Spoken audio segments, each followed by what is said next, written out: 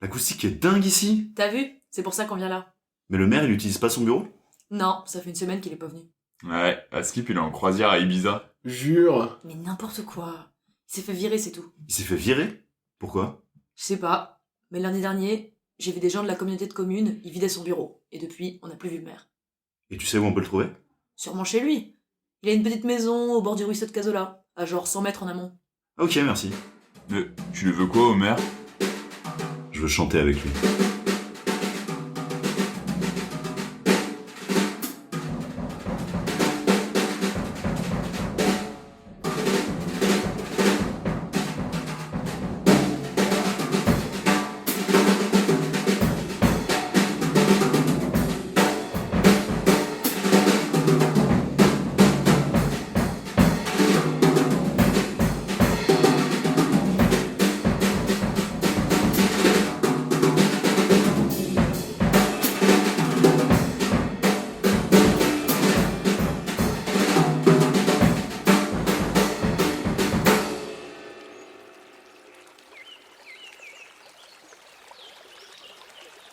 Monsieur Dermont, Qu'est-ce qu'il y a?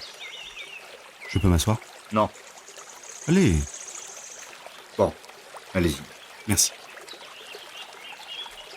C'est beau ici. C'est tout ce que vous avez à dire? C'est beau. C'est pour dire des trucs pareils, vous aurez mieux fait de vous épargner la route. C'est beau. Vous savez que vous êtes au milieu du paysage le plus vert de France. Vous verrez pas mieux. En automne et au printemps, on prend la pluie en permanence. Alors on a plein de ruisseaux partout qui irriguent nos vallées. Celui-ci, c'est le Cazola. C'est un peu le mien. Si vous remontez le cours, vous êtes à sa source en une petite dizaine de minutes. Et 200 mètres plus bas, juste après la départementale, il se jette dans l'Andenne. Et là, il y a tout le monde. Tous les gens ici, ils ont leur ruisseau. Ou leur sommet, leur col, leur pente, leur ligne de crête. Ça dépend des gens. Mais notre pays, il est immense. Et nous, on est si peu nombreux. Alors il y en a pour tout le monde. C'est bien tout ce qu'on a d'ailleurs, la beauté du paysage. Comment ça? J'ai 3 enfants. Ils se sont tous tirés vers les plaines dès qu'ils en ont eu l'occasion. On a le plus beau pays du monde. Les jeunes, ça leur suffit pas pour vivre. On n'a pas su leur proposer mieux, alors on est beaucoup ici à vieillir seuls. À la longue, c'est assez tentant de tomber dans le contemplatif. C'est pour ça que vous faites de la politique? Non, je pense pas. À mon échelle, c'est pas possible de faire cette différence-là. Je peux pas construire une école de commerce dans mon village de 130 habitants. Je faisais ça surtout pour rendre la vie meilleure pour ceux qui sont encore là. Pourquoi vous avez démissionné? Je peux pas en parler. Qui vous l'interdit? C'est Frédéric Legendre? C'est une brave femme, vous savez. Elle fait des belles choses avec Vic-sur-Serre. Survivent mieux que nous là-bas. Alors pourquoi vous lui avez présenté votre démission? Elle pensait qu'elle pourrait faire d'encore plus belles choses à la tête de la communauté de communes. Le président en place depuis 2001 allait prendre sa retraite. Bien sûr, elle n'était pas seule sur le coup. Alors, elle a magouillé. L'élection municipale de 2020? Pas de présidente, elle pouvait pas être maire. Et si elle subissait une défaite, d'autres lui passeraient devant pour la présidence. Alors elle a trouvé cette idée-là. Elle a manipulé le premier tour pour avoir une égalité parfaite. Attirer toute la presse, obtenir une stature départementale. Et pour enfoncer le clou, au deuxième tour, elle a refait le coup. 6 voix d'écart. Tout le Cantal ne parlait que d'elle. Et boum, la voilà présidente. Quelques mois plus tard, j'ai appris ce qu'elle avait fait. Alors comme un idiot, j'ai confronté. Je pensais pouvoir la raisonner, lui faire réaliser ce qu'elle avait fait. Pour qu'elle se dénonce elle-même. Mais je me trompais sur elle. Aujourd'hui, elle est toujours présidente. Moi, j'en suis là. Pourquoi? Comment est-ce qu'elle vous a contraint à la démission? Elle m'a fait chanter. Vous saviez qu'elle était coupable de fraude électorale et c'est elle qui vous a fait chanter? Mon crime est bien plus grave. Est-ce que ça a un rapport avec ça?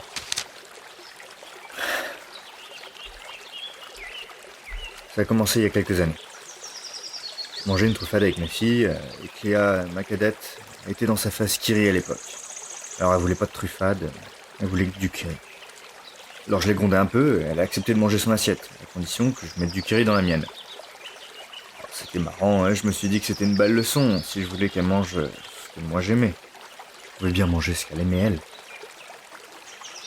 Alors j'ai étalé du kiri sur ma truffade. Alors, on était tous pliés de rire et j'ai goûté. Alors, j'ai tiré la langue, j'ai fait berk, j'ai fait des grimaces et on a encore plus ri.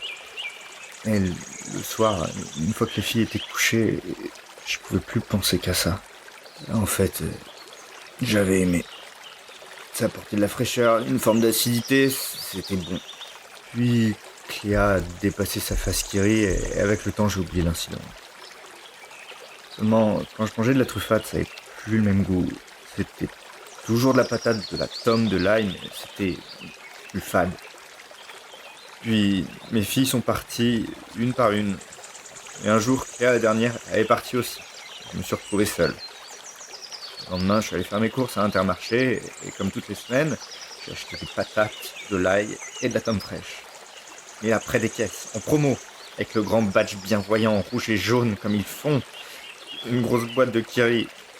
J'ai repensé à Cléa, j'ai vu sa petite bouille d'enfant avec du fromage partout sur la face, du menton jusqu'au nez. J'ai eu les larmes aux yeux. C'est seulement une fois rentré chez moi, en déballant mes courses, j'ai réalisé que j'avais acheté le kiri.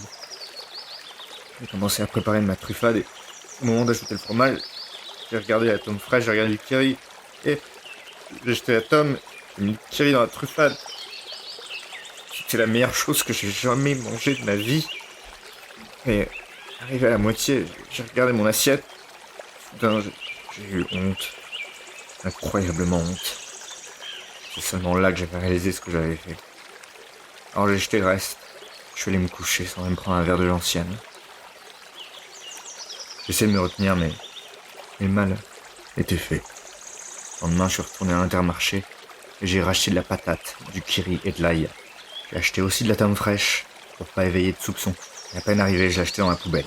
Et cette fois-ci, j'ai fini mon assiette. Et 2 autres encore. Depuis cette époque, toutes les semaines, ma truffade hebdomadaire, je l'ai faite au kiri. Comme je vis seul, personne s'en était aperçu. Avec le temps, j'ai commencé à devenir paranoïaque. Je sentais que les boueurs avaient commencé à me regarder bizarrement, comme s'ils avaient vu les énormes quantités de tomes fraîches que je jetais. J'étais convaincu qu'ils se doutaient de quelque chose. Alors j'ai fait ce qui devait être fait. Si vous marchez quelques centaines de mètres dans cette direction, vous verrez un panthère tourner. C'est là que je l'ai enterré. Les boueurs? Mais non, la tome. Je la stockais à la cave. Régulièrement, quand ça tenait plus, j'allais l'enterrer là-bas, pour qu'on la retrouve pas. Je pouvais plus non plus continuer à acheter autant de kiri à Intermarché. J'en savais que mes enfants étaient partis, c'était trop bizarre. Alors j'ai commencé à l'acheter plus loin, à Arpajon, à Aurillac, à Murat, à Saint-Flour, à Brioude. Jamais 2 fois au même endroit. Mais Frédéric, je sais pas comment elle l'a su, mais elle le savait. Alors quand je l'ai confrontée, elle m'a menacé. Elle m'a dit que si je disparaissais pas de la politique Cantalou, alors toute la région apprendrait quel monstre j'étais. Mais j'étais pas prêt à ça. Je savais que je pourrais pas supporter que mes administrés, mes collègues, mes voisins, le curé me regardent tous comme la bête immonde que je suis. Alors j'ai abandonné. J'ai fait tout ce qu'elle a dit. J'ai démissionné. J'ai pas fait de déclaration publique. J'ai déserté ma mairie. Et maintenant je reste là. On est là, tous les 3, pour le restant de mes jours. Ce sera moi, mon kiri et ma honte. Je suis vraiment désolé. Y'a pas. La honte c'est indigeste, mais le kiri, c'est excellent. Mais qu'est-ce que tout ça a à voir avec le sabotage du concours d'épluchage de pommes de terre de la fête de la truffade d'Arpajon-sur-Cère? Hein? La communauté de communes a saboté le concours d'épluchage à peine 1 semaine après votre départ. Ça m'étonnerait. Frédéric en a rien à foutre du concours d'épluchage. Personne n'en a rien à foutre d'ailleurs.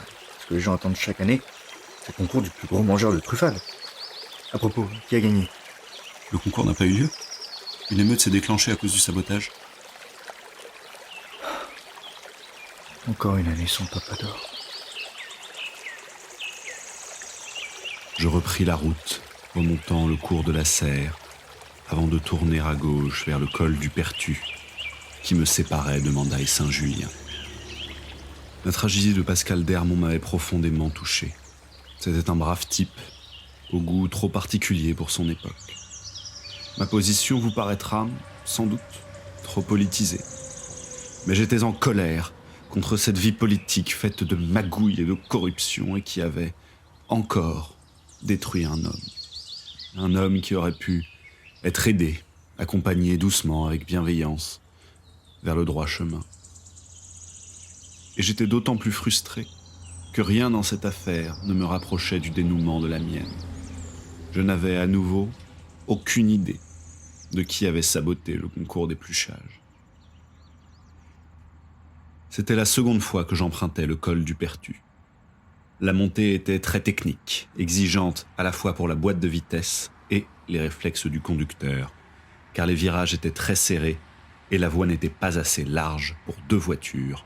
Aussi, il fallait laisser à la voiture en descente le temps de se déporter sur le bas-côté. Encore, on entendait les moteurs. Le principal danger, c'étaient les cyclistes qui savouraient leur descente à toute vitesse après l'incommensurable effort qu'ils avaient fourni pour monter jusqu'au col. Une fois dépassé le col, le défi était tout autre. Il s'agissait de garder les yeux sur la route. L'imprudent qui tournait la tête, ne fût-ce qu'un instant, pour jeter un œil au paysage, se retrouvait piégé dans l'admiration béate d'un panorama formidable, et s'il ne s'arrachait pas à temps à l'insolente exhibition dans toute sa splendeur de la vallée de la Jordan, alors il raterait le prochain virage, briserait le garde-fou, et s'y jetterait, un sourire niais au visage, comme un marin ferré par une sirène. J'arrivais finalement à Mandaille, et plus précisément, à l'épicerie des Genêts d'Or. Je devais à Jade, l'épicière qui me fascinait, 29,90 € pour une bonbonne de gaz qu'elle m'avait vendue, à crédit, l'avant-veille. Fatigué et désespéré par les 2 dernières journées lors desquelles j'avais vogué de déception en espoir finalement déçu, j'avais hâte de la revoir, hâte de me confronter à son assurance et d'être illuminé par sa bienveillance. Bonjour. Ah, Étienne, je vous attendais plus. Oui, je sais, je suis vraiment désolé de pas être revenu hier, j'ai eu un imprévu. Ah oui? Ouais, j'étais à la fête de la truffade d'Arpajon-sur-Cère. Ah oui, j'ai vu, l'émeute. C'est terrible de se mettre dans des états pareils. Ouais, hein, quelle histoire. Vous en êtes sorti indemne, je vois. Bien sûr. Je pouvais pas manquer de revenir vous voir. Pour me payer la bonbonne. Oui, bien sûr.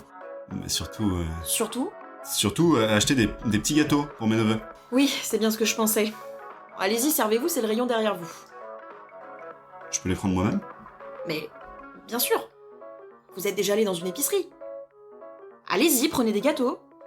Oui, je vais prendre ces tartelettes industrielles à la confiture de framboise. Vous êtes sûr? Elles ont l'air de vous faire peur. Vous savez que l'intercommunalité de Sérigoul en Carlades distribue les mêmes tartelettes dans ses paniers repas? Oui, je sais, ce sont des tartelettes assez communes. Et vous savez aussi que c'est le modèle de tartelettes que j'ai retrouvé sur les lieux du sabotage du concours d'épluchage? Oui, je sais ça aussi. Vous savez? Oui, je sais. D'accord, alors tenez, voilà 40 € voilà, pour le gaz et les tartelettes, j'espère que ça suffira. Attendez, je vous rends votre monnaie. Non, regardez, pour vos bonnes heures, ça me fait plaisir. Dites, la porte, elle résiste un peu, là. Oh, elle devrait pas. Ce serait stupide de résister. Qu'est-ce que vous dites? Oh putain, vous tenez un fusil. Oui, pas vous. Non, pas moi. D'accord, c'est juste moi alors. Passez dans l'arrière-boutique. On va discuter, monsieur le Papa d'Or.